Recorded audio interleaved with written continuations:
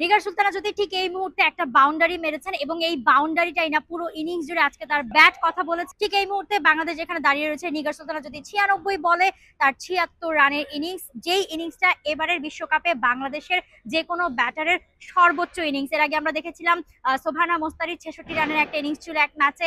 আজকের ম্যাচে আমরা দেখেছি শারমিন আক্তার সুক্তা, তিনি 64 রানের একটা ইনিংস খেলেছেন। রিটায়ার্ড হার্ট হয়ে ফিরে না গেলে তিনি হয়তো তার ইনিংসটা আরো বড় করতে পারতেন। বাট নিগার সুলতানা জ্যোতি আজকে এমন একটা অবস্থায় তিনি ছিলেন, যেই জায়গা থেকে আমি এই মুহূর্তে কথা বলছি, ঠিক তার আগের ভিডিওতে বলেছিলাম যে নিগার সুলতানা যদি ব্যাটিং এ নামতে পারবেন কিনা সেটা নিয়ে শঙ্কা ছিল, কেননা তিনি কিপিং করার সময় আঘাত পেয়েছিলেন, বল তার মুখে এসে লেগেছিল এবং তিনি ট্রিটমেন্ট নিচ্ছিলেন ড্রেসিং রুমে।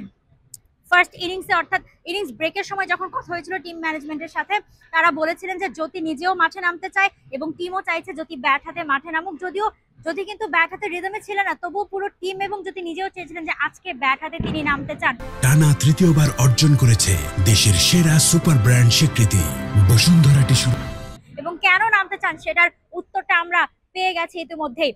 বিশ্বকাপে তার প্রথম সেঞ্চুরি, ওয়ানডে বিশ্বকাপে তার প্রথম হাফ সেঞ্চুরি নিগার সুলতানা জ্যোতির, এবং সেই হাফ সেঞ্চুরিটাকে তিনি এই মুহূর্তে অনেক লম্বা করেছেন। ইনিংসটা বাউন্ডারি আছে তার ইনিংসে, এবং সবচেয়ে বড় কথা যে তিনি জানান দিয়েছেন, প্রশ্নের উত্তরগুলো দিয়েছেন। কেননা বিশ্বকাপ শুরুর পর থেকে এই টুর্নামেন্টে যতবার প্র্যাকটিসে জ্যোতির সাথে দেখা হয়েছে, কথা হয়েছে, প্রেস কনফারেন্সে যতবার জ্যোতি সাংবাদিকদের মুখোমুখি হয়েছেন, তাকে সবচেয়ে বেশি একটা প্রশ্নের উত্তর দিতে হয়েছে এবং প্রশ্নের সম্মুখীন হতে হয়েছে, সেটা হচ্ছে তার রান, তিনি তার ব্যাট কবে কথা বলবে, তার ব্যাটে রান কবে ফিরবে।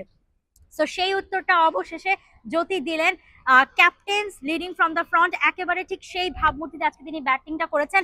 বাংলাদেশের আজকে একদম দরকার ছিল ধরে খেলা। শুরু থেকে বাংলাদেশের রান রেট খুবই লো ছিল, খুবই পোর রান রেটে তারা খেলছিলেন, প্রচন্ড ডটস ছিল, কিন্তু সেটাকে একেবারে কনভার্ট করে সিঙ্গেল এবং ডাবলে নিয়ে এসে সুক্তা এবং সেই সাথে জ্যোতি চমৎকার একটা পার্টনারশিপ গড়ে তারপর দেখা যাক জ্যোতির এই রানটা আসলে কোথায় গিয়ে থামে। এই মুহূর্তে 97 বলে 77, আমি যখন ভিডিওটা করছি, কথা বলছি, তখন জ্যোতি ব্যাপক রিদমে আছেন। আজকে জ্যোতি আসলে সব প্রশ্নের উত্তরটা এভাবেই দিয়ে দিয়েছেন।